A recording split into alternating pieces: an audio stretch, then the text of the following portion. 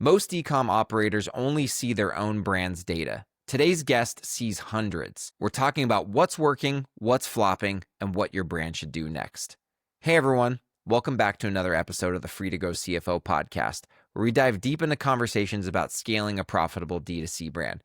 I'm your host, Jon Blair, founder of Free to Go CFO. We are the go-to outsourced finance and accounting firm for 8- and 9-figure D2C brands. All right, so today I'm here again with my buddy Casey Holiday. Casey, what's up, man? What's up, dude? It's an honor to be invited back. Doesn't happen too often, man. So, it's exciting to be back on chatting with you, dude. Heck yeah, man. For those of you that don't know, Casey was on several weeks ago. I mean, it's probably several months ago now. I believe his episode is called The Secrets of Elite D2C Brand CEOs. Definitely go back and check that out. But yeah, we're going to be chatting today about what we're seeing that's working and what's flopping in 2025 in the e-com world. Casey is an e-com business coach and head of community at Daily Mentor. I run Free to Grow CFO. Both of us see hundreds of brands a year, maybe more than that a year, in terms of the kind of membership base of both of our businesses. I'm also a part-time mentor in Daily Mentor, which has been tons of fun. And I just thought it would be fun mid-year for us to sit down and just talk about, like, what are we seeing, what's working, what are we seeing, what's flopping, and in hopes that it gives some of our listeners kind of some food for thought of how they might be able to take some of those learnings into their business. So just to start, what are you seeing generally in the e-com industry as some of the big things that are working as you see the hundreds of brands that you guys are working with at Daily Mentor?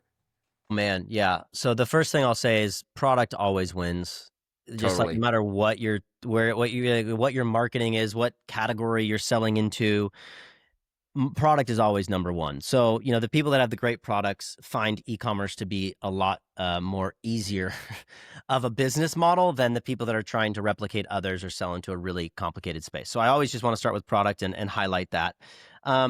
The next, I think, goes into I'll go two other areas that are more on the marketing side of things, and then we can talk more about like labor and, staffing and things like that. But so the first one I probably would say is offer testing.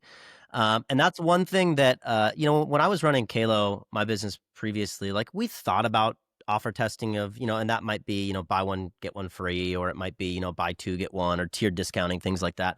But I don't think it was as required as it is today, because there is so much saturation in social media and in the ad space and whatnot, that it's not, yes, the ad needs to stand out, but also the offer that's attached to the ad needs to stand out. And one thing that I've seen coming up a lot with brands is people are testing different offers more frequently at lower top line revenue marks. So I think if you're like sub 1 million, you should absolutely be testing offers and probably find one good one and then just lean into that. Where as you scale, you're thinking a bit more about merchandising and, how you put different products together for the offer. So I think you should probably be testing more. But that's one thing that I've seen where previously I think, people were very concerned with what does an offer do to brand. Brand perception and like, if I'm running any kind of, reduced rate on any of my products, or I'm bundling products together and offering them at a reduced price, it's going to have a negative brand perception. And I think nowadays, and I'd be curious to see if you feel it, if you see something different, but nowadays I actually think it matters a little bit less, and consumers are used to, buying essentially what they believe to be the best offer, but it's not always directly correlated with negative perception of the brand. So I want to elaborate on offers a little bit, but I want to hear your perspective on offers versus brand and what you see even on the finance side. For sure. So really quick, I thought of something as you're talking about product, like product still wins and is really important. I was actually just writing some content this morning about like the top 3 things that I see. Let's call it the top 3 common attributes of like the most elite brands that I've seen in the last like year or so. And number 1 is the connection between product and purpose and a true passion. And the reason why that's so important to just build off of what you're saying is because like the brands that we're working with that are crushing it, tariffs or not, right? Like environment, like macroeconomic headwinds or not, they have found a gap in the marketplace that for them filling is a very purpose-driven, passionate pursuit and they are going to get these products that they believe that their ICP needs to have. They're going to get them into their hands, and they're going to do what they need to get them in their hands. And that is both a product and advertising endeavor. But you can only sell crappy product through decent marketing for so long, right? But what builds a brand and raving fans is, I believe, product tied to that purpose and passion, and the brand founders they're going to see it through, and they're going to make it happen, and they're going to make the world a better place through their products. So I just wanted to say that, because I've definitely seen that. I think the commonality in that, which is this is a hill I will die on, is you've got to just care about the people that you're trying to help. Like, you genuinely have to care about customers. And I think e-commerce, it's sort of this model of how can I maybe spin up a decent ad that isn't really taking into account much of the consumer psychology and why customers are buying and why they're behaving the way they are online and why they even cared about the ad in the first place. It's just like, hey, I saw, another company made that ad. I'm just going to make it with my product in it. I'm not really going to understand my customer, but I'm going to hope that it works.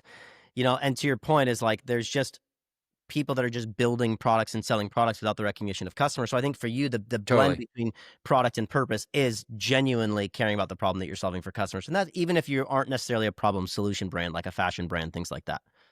1,000%. Going back to what you were saying about the offer testing, and like kind of what I was kind of hearing from a finance perspective is like, is coming up with a really like kind of bundling products and coming together with like a compelling offer that includes a financial component to it, a discount or a promotional kind of feeling thing. Is that bad in terms of like brand perception? Honestly, it's funny because what I wrote down in my notes as you're talking was, well, you need to know your customer, and you need to know what else you included in that bundle, right? Because if you know your customer, and if you really know what their needs are, and maybe you got them in to purchase that hero product, but then you upsold them on whatever accessory 2, 3, 4. Yeah. If you're doing that based on really knowing your customer, it's going to feel more valuable for them, even if you give them a financial incentive. But if it's random acts of bundling, I'll call it random acts of bundling, then yeah, it may mess with your brand perception a little bit. But again, if you really know your customer and you know why they would want to buy that bundle, pushing them over an edge with a bit of a discount does not by any means necessarily bring down the perceived value, right?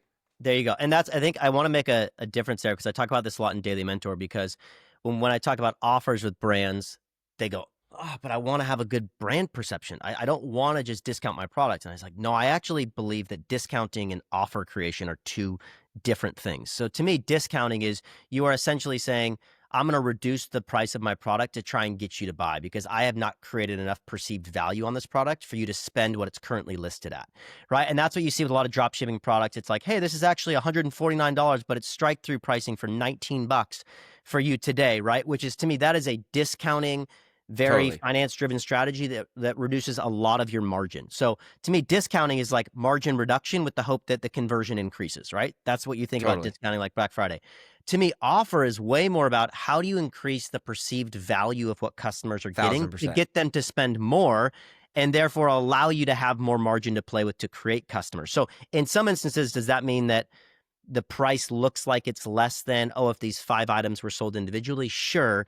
But to me, again, the psychology behind it are drastically different. And I think if you're running a brand right now, don't see it as discounting. See it as, how can I create more value for customers where it's like a no-brainer offer? You've got your hero product and you're actually bundling it with things like, well, I would have bought that. I would have probably added it to that anyway. And they're just throwing it in there for me to get me to convert right now. Like, I'm dialed in. I love that. So just the differentiation between those two things, I think, is important. Yeah, well, and to kind of piggyback off this, let's talk about like free shipping thresholds, because I think this is key in thinking about your offer strategy. I would say that 8 years ago, when we were starting to scale Guardian Bikes, I know for a fact we argued a bunch internally about whether shipping should be free, should it not be, should it be free, but if they order 2 bikes, or should it be $35, but if they order 2 bikes or they order accessories, then it's free. I think that consumers today are a lot more reasonable on understanding that like free shipping isn't a given, right? And that if you buy something that's $20, like AOV, you might get charged for shipping if it's like a decent sized product, right? That like, hey, it probably costs a decent amount to ship this. And so the point that I just want to make is that like, again, it depends on understanding how to create value in the eyes of the consumer, right? Like, and like I have a brand, they're a coffee subscription brand that I work with, and they have really messed with this free shipping threshold. And here's what's interesting. This goes a little bit further, and maybe I need a segue to another question after this, but because this is probably a whole nother episode. But the founder was a little bit concerned about that once you hit the free shipping threshold, the number of bags of coffee that you had to put in the order to get to that, I can't remember if it was 4 or it was 3, but he's like, hey man, we make less margin dollars if they buy more coffee, and that shipping threshold, kicks in and we give them the shipping for free. And I go, I know, but did they opt into the subscription? How many people are opting in the subscription? The first order profitability may be lower, but if they're sticking, I'm showing in my cohort analysis that by month 3, they're very, very profitable. So I actually am thinking, I'm not so worried about first order loss. I'm asking how much of these people churn versus stick with the subscription, right? And so I think to your point about thinking about the offer, there's an additional component that we're seeing that brands are it's either working or it's flopping because they don't understand this connection is, don't just be concerned only with first order profitability. Consider how much retention there is on a monthly basis if you have a high LTV product, because that offer may include, so we have a brand that sells subscription gummies. The CFO on their account actually found out that if they offered a higher discount on their first order to opt into the subscription, there was such strong retention that by month 3, they were way more profitable on that cohort than if they didn't offer a discount to opt into the subscription. So counterintuitively, there actually was a higher value to the brand, and I think a higher value to the customer, because they were like, hey, we're opting into the subscription. I don't have to keep reordering every month, but I'm getting a good price for doing this, right? So anyways, like just some other things to think about there. I think it's a good plug for what you do and for what I would do as well, is that in order to make informed decisions about what that initial margin should be on first purchase, you've got to have access to the information and the data to make you feel confident about the decisions that you're making. And totally. I think that a lot of founders in e-com that don't have a coach, that don't have a fractional CFO, that don't have people that are looking at those things, don't know how to make those initial decisions, which is where Daily Mentor comes in. It's where Free to Grow comes in. Like, it's very much what we're focused on, is helping founders make better decisions. And I think what I've found a lot of times is that where the offer testing comes in is, one is for you is like, well, what behavior do we essentially want these people to take? For you in that example, like, well, their LTV, we've got to, if we can just get them in the door, like we know that they're going to be worth X amount to us 90 days later, where there's a lot of brands also that are selling a $25 product with no return customer rate, like, or very little. And it's like, you have to find a way to package something together to give yourself the margin to be able to actually go acquire those customers in a profitable way. So understanding margin is like, it's the most boring part of what we do, but it's also the most important thing, is like, you've got to understand the game that you're playing. Well, it's funny you mentioned that. So one of my colleagues out here in Austin, he's in equipment financing. He had this LinkedIn post like a month ago, and I just texted him, like, hey man, I'm sorry, I'm stealing this tagline, or I'm stealing this line from you, because like it's so true, and I can't believe more people don't say this. He's like, hey, if you run any business, you're playing a money game. So you have to have money people on your team. Like, I don't care what business you run, it's a game of money. And so you have to understand the money. And so I've been telling everyone, hey, aren't we playing a money game? And it seems like overly simple, but it's so true. We're not playing a product game or a marketing game. That's important, but we're playing a money game. This is business, right? Entirely. And it's funny, I was thinking about this the other day too, because you actually, on my whiteboard, so I have this big whiteboard back here, I blur it out because my children draw all kinds of outrageous things on there. But so do my kids on mine. Literally, at the top of it, no joke, I have written, it's all a game. I literally have written, it's all a game at the top. Because if you can switch your thinking to this being your livelihood, and flip it and go, no, I'm just playing a game. And before you play a board game, what do? You read the instructions. You don't just pick it out and start moving pieces around. But a lot of people start businesses because they're excited about becoming entrepreneurs, and they have this great idea and all the best intentions, but they don't read the damn instructions for the game. And the people that have the rules mastered are going to play the game exceptionally well. It's like, to use sports analogies, like you see it in the NBA, like Shai Gilgeous-Alexander, whoever gets mad about flopping, the guy just understands how to play the game and what the rules are, and so he's more successful than other people are. And to your point around knowing the numbers, it's like, dude, another sports analogy, imagine if we played football and baseball and nobody kept score and nobody figured out how many home runs this guy had or how many hits he had, and like, you'd be like, what are we doing here? Like, it's the same thing with your business. It's like, you've got to be tracking the performance that exists within it so you can make good decisions. And it starts with that margin. So I want to talk about leadership, but before we do, I feel like there's an obvious question I have to ask. What are you seeing that's working or flopping specifically around LTV, heavy LTV brands versus first order dominant brands? I want to ask this really get at the question I'm asking, which is, are you seeing it work out there for both brands that have repeat purchase and brands that are first order dominant with no repeat purchase? Or are you seeing it work for only one of those? Any wisdom that you can impart on that? I've got some thoughts, but I want to hear what you're seeing on LTV brands versus first order dominant brands. Yeah, it's an interesting question, man. I by the way, I said that I had two things that I thought were working right now. So I'm gonna just say it real quick just so people can know what else I was gonna say before we get to the next topic. So I first said offer. The other I think is whitelisting in an ad account. So if you can find the brands that are smashing it right now are finding a way to get really inexpensive content created by people on social platforms, whether it's Instagram or TikTok Shop, and are finding ways to leverage those through advertising in an ad account to try and increase organic awareness as well as acquisition. So that's been a recent unlock, probably in the last, 3 to 6 months, I think, for brands that are smashing it have maximized sort of the creative, I hate this term, but the creative flywheel through creators that exist in an inexpensive way. So that can be a conversation for a different day. Okay. So you talk about first order versus LTV. I don't want to sound like a negative Ned here. I have a really hard time with LTV brands in e-com and really basing my entire model off of the data that comes with high LTV brands. Mm-hmm. So let me elaborate on that a little bit. I think that, to your point, I probably talked to 750 e-com brands around the million and up to 200 million mark in the last year.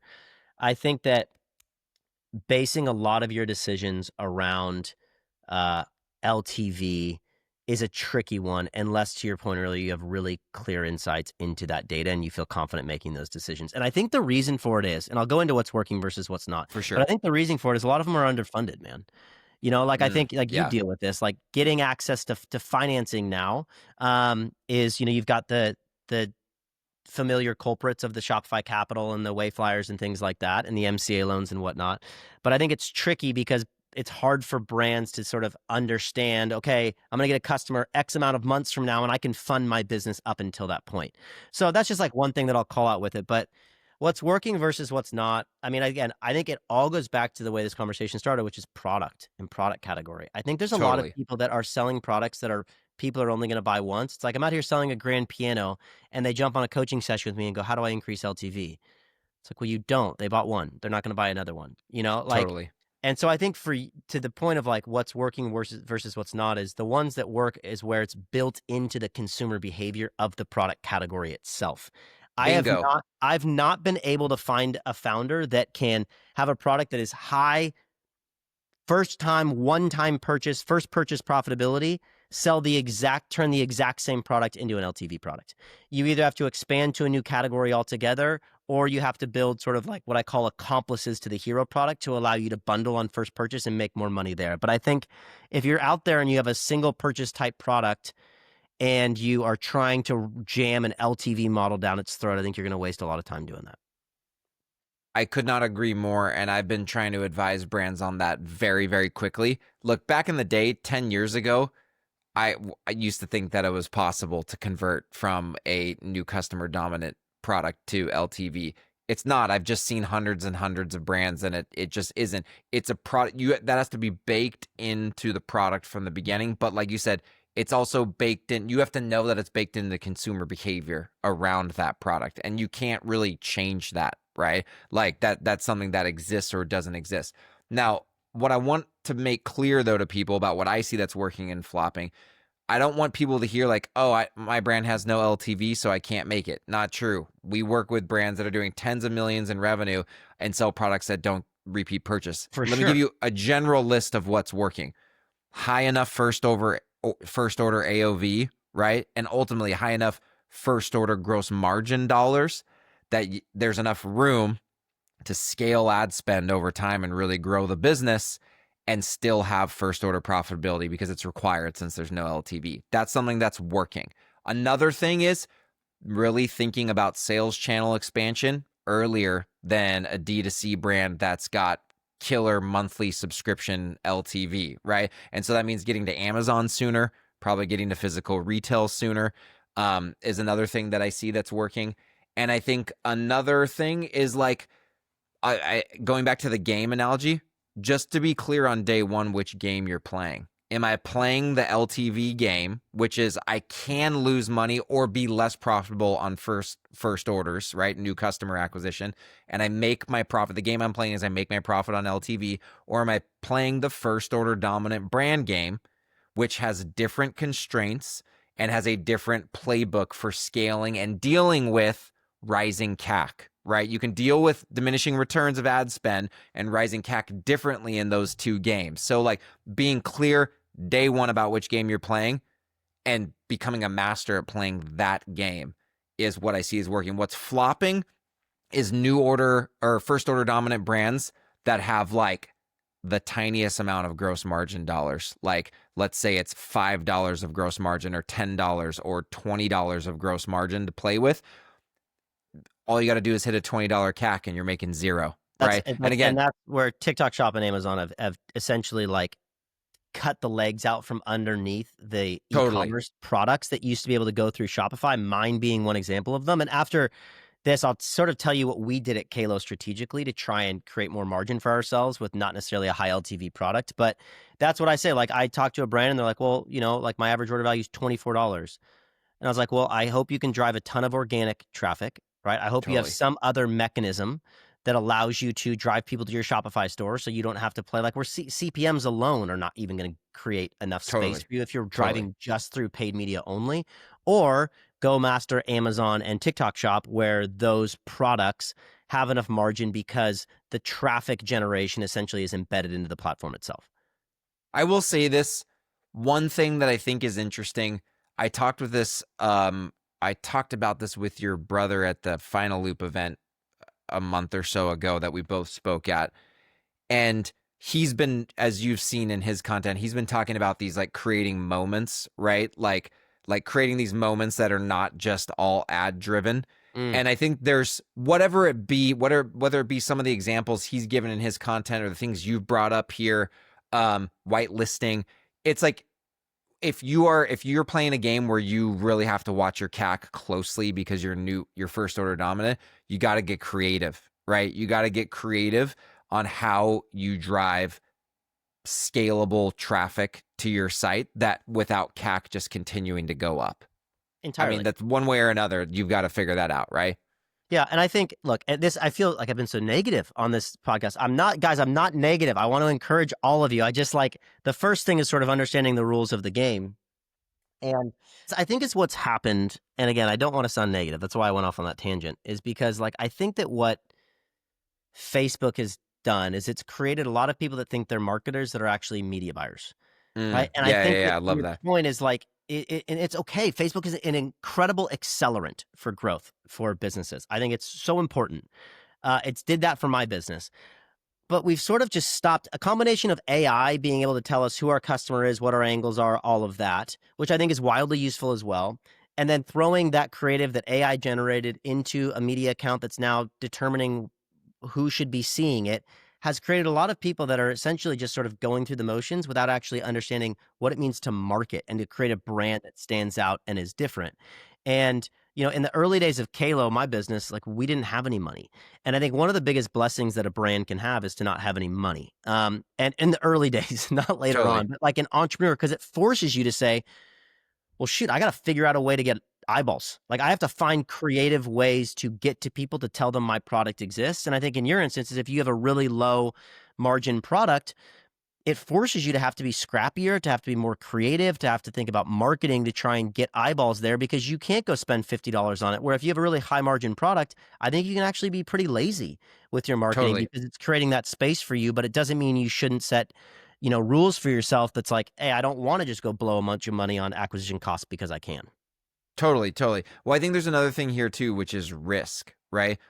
You can do things to reduce the risk of scaling ad spend, right? And I've seen brands who've got a bunch of gross margin dollars available for ad spend or to cover CAC, and they've got themselves to 30, 40 million and got lazy along the way, and then things fell apart because there was a lot of risk in that ad spend. They weren't doing other things to offset The volatility of it. the volatility and the concentration, like how concentrated they were in relying on that ad spend, right? I want to turn our attention really quick to leadership. What are you seeing that's working or flopping with leadership and managing team? Yeah, that's a great question, man. This is a really interesting timing of this question with AI and the way people are Totally. structuring teams and e-com and everything right now. And before I get into it, because again, I made another promise to the people listening, so I want to make sure I fulfill it. Is talking about strategically what we did at Kalo as a low margin product initially. Okay. So like our first product was we sold it for $20. That's what it was. Now it was 12 years ago, so it was the different days of Facebook where it was very audience targeting. We could eliminate people that weren't married and go specifically after them from an advertising perspective. But our game was essentially just product development was the way that we got ourselves out of the margin game. We were always in it. Our average order value, even when we were mid 8 figures, was like $32. So we were never playing a real game where we had a lot of space from an acquisition cost standpoint. But if you're in a category where you've got a hero product right now that's $20 to $25 and it's working for you right now, what you have to think is turn everything into a math problem and think, how do I create more margin for myself? Well, if I can't do it with this product, how do I create a better version of this existing product? Like a good, better, best model. How do I create a better version down the line that allows people to spend $10 more? Because even that small margin is enough to get it for you. And for us, we created better versions of what already existed. We created variants of our primary ones. So if everybody was buying black, we created colorways and then tried to bundle them together to get people to spend more. We created 2.0 versions of the hero product. So people, I want that better one because of X, Y, and Z features. And then we also added customization and personalization to products as well, which was something that we could do too. So all of a sudden, our AOV went from $20 to now $30 to $40, and the game's entirely different with a product that sits in that range. I'm also a dinosaur, and Amazon was really early, and TikTok didn't exist. So that's a different. Okay, but let's get into the leadership side of things. Look, man, I think there's a couple of elements that I'll touch on here. One, I think, is that if you are an early, I still think that companies are built through people. I will believe that forever, even when AI exists. It may be substantially less people than it used to be, but I still think at the end of the day, it's your ability to put really talented people on the right tools to do the most high contribution, to do the most highest contribution activities in the business. That's still the game at the end of the day. The tools change, where the people are change, the remote versus in-person changes, but I believe that's still true no matter what.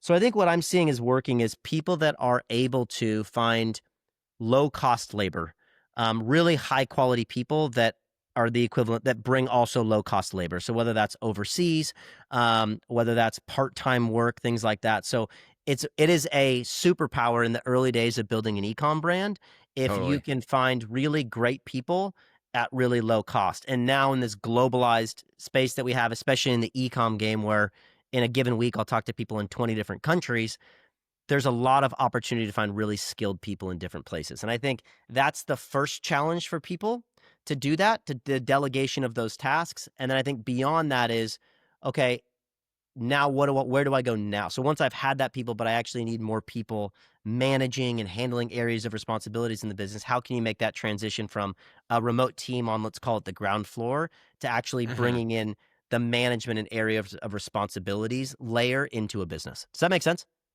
Yeah. One way I like to think about that is first, there's like levels of delegation. At first, we tend to be delegating tasks, like do this, do it this way, right? And then eventually, when you start to graduate to delegating outcomes or delegating functions, right? Delegating, hey, the finance team, the finance function in our business, your mission is this, your purpose is this. So as you go up the levels of delegation, you're actually becoming less task oriented in your delegation, and you're becoming more guiding principles oriented, conceptual, right? So you're more a coach of concepts and guiding principles, and then you let that person or people get tasks done their way, what they believe is the best way within those concepts or those conceptual frameworks, right? One other thing that I'll say is that as you're growing your business and your team is growing, especially if it's largely remote, which is by and large, I mean, most of the e-com brands we work with are mostly or exclusively remote, or you really do need to be champion of the guiding principles in your business more and more as the business grows. As you start getting to, 10, 15, 20 people, you need to be able to remind everyone what the business exists, what's the business's mission, what are your core values. This is how we do things here, right? This is what makes us different, because the culture, I personally believe that the culture in an e-com brand alongside product is a differentiator, and the consumer can feel it, right? It's not everything, but when you deal with an e-com brand, like as a consumer that has a culture, like a really strong culture and really strong guiding principles, the way that company interacts with you feels different as a consumer, and it shows up in all their messaging to the market and to their customers, 100%. So I think that's really, really important on the leadership side of things as well. Yeah, culture and brand go hand in hand. They absolutely do. And I think that that's why we see fewer brands, is because people are paying less attention to culture internally, because everything is becoming so transactional. And I think that at the end of the day, business is transactional. That's okay. Most things in life are. But if you can bring people into the business in a way that isn't entirely transactional, I think you can build really cool things. And one example of this, Jon, that I see a lot is, just because you are in the United States or you're in Europe and you are hiring somebody in a different place, I don't care if it's in the same country as you or in a country that, is maybe cost of living isn't quite as high as where you are. It's like, they're all part of a culture of the business. It doesn't matter if they're 5 hours a week or if they're full time with you working in an office. It's like, people shouldn't be treated differently. They should be held to the same standard. They should have the same training. They should have the same level of access to information that's required for them to do their jobs. And I think a lot of times people just go, oh, I'm looking for somebody I don't want to do this anymore. I'm just looking to give it to somebody. And they just give it to somebody, but they don't train them, and they don't vet them properly through the hiring process. And they don't bring them into an environment or a culture that's actually them feeling like they're a part of something bigger.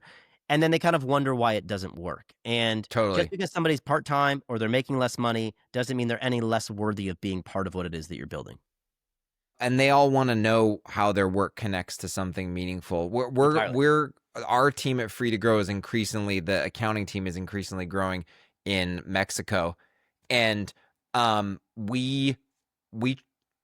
they're one and the same as anyone that's in the US. We don't treat them any differently. We bring them we run our business on EOS, so we bring them into our VTO and talk to them about our core values and our quarterly goals and all of our guiding principles, just the same way as anyone else. And what I've found is they love it, because actually a lot of their previous employers didn't do that. And some of them have worked for US businesses before where they kind of just treated them as the offshore team. And we're like, no, you're not the offshore team. You're the Mexico team of Free to Go CFO. You are a key part of this business and incredibly important. Exactly. And you work with our clients directly. Like, we're all on the same team here, and we all need to understand about the mission that we're trying to accomplish together. And it's so, so important. It's what separates just going to work every day and punching in and punching out from feeling like you're a part of something. And the difference in the outcome is massive for all involved, So look, we don't have a ton of time left here. We're actually going over a little bit. Hopefully I'm not messing you up with any calls. I wanted to ask you really quick. I see obviously a bunch of reps in this, but what are the financing methods out there that you're seeing that Daily Mentor brands are bringing across your desk that are not working, that you think brands should like take some pause at before they dive into them? I think anybody that is this is not a general, this is maybe not a great rule of thumb, but like anybody that's marketing to you loans, it's like, I would be weary of that. Mm, And what I mean is like, you log into your Shopify store and right at the top, it's like, hey, you want money? Here's a bunch of money yeah, for you. for And sure. so I would probably say like, there's a lot of podcasts that have been done on this of like the usual suspects of, things like MCA loans, any loans that are taking money from you daily before it reaches your pocket, I think is a very risky game to play because we talk most of this time about margin. And I think when you look at something like Shopify Capital, let's just start there.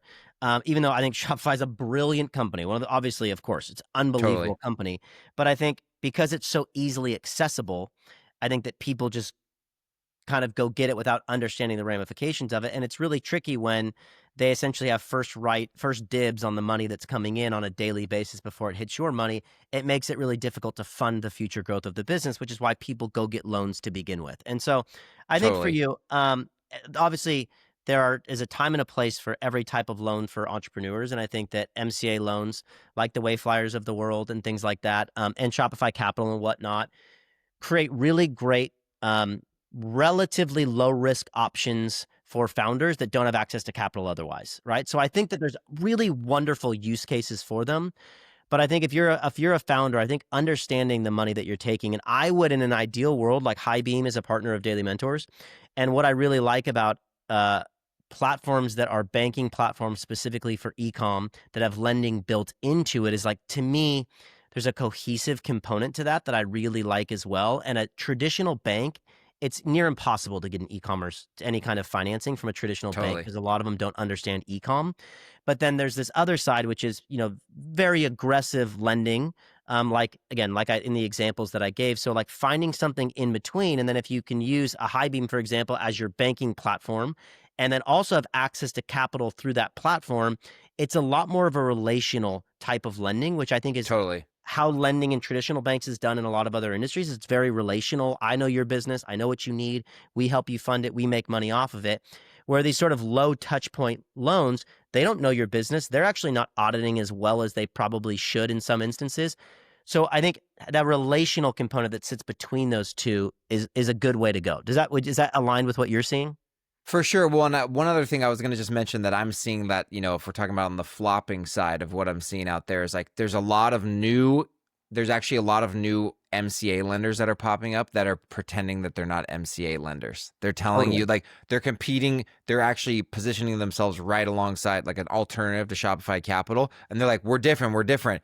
And really their difference is just that they're supposedly limiting how much they take from you every week, but it's literally exactly the same. So I would just say like if anyone positions themselves right alongside, like tries to compare themselves to Shopify Capital or Wayflyer, they're actually probably an MCA if you really dig into it. And like, honestly, like shameless plug, this is why you need a CFO to help you like really weigh the risks and the pros and the cons of different, financing solutions. So, Jon, I want to interrupt you because you put up a LinkedIn yeah. post the other day, and I have a lot of conversations with brands. Had one last week of a brand going like, "Well, do I need a CFO? Do I need?" And it was good because the post you put up on LinkedIn was aligned with what I've been telling people. So it was good. I was nervous, but essentially, like thinking about accounting and that function of your company as being very much reconciliation, very much looking in the past, making sure that the T's are crossed, the I's are dotted, and you're compliant with tax obligation and things like that.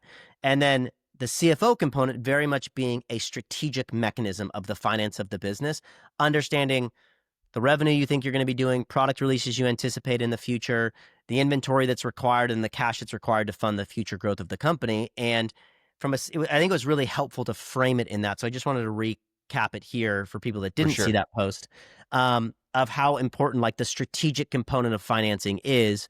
And I think before you get into, here's one thing I would say is before you go look for a loan, you have to have some kind of plan for the future of your company to Totally. understand the amount of money that you need. Agreed. You need to make sure you're borrowing the right amount of money. It's actually going to last the amount of time it needs to last, and Totally. that you have a forecast of how you're going to pay it back. If you don't know Exactly. those three things, you can get yourselves in what seems like the capital you've been waiting for could turn out to be your biggest nightmare. Exactly. Exactly. Um, what is Daily Mentor, and where can people find more information about you and Daily Mentor if they want to?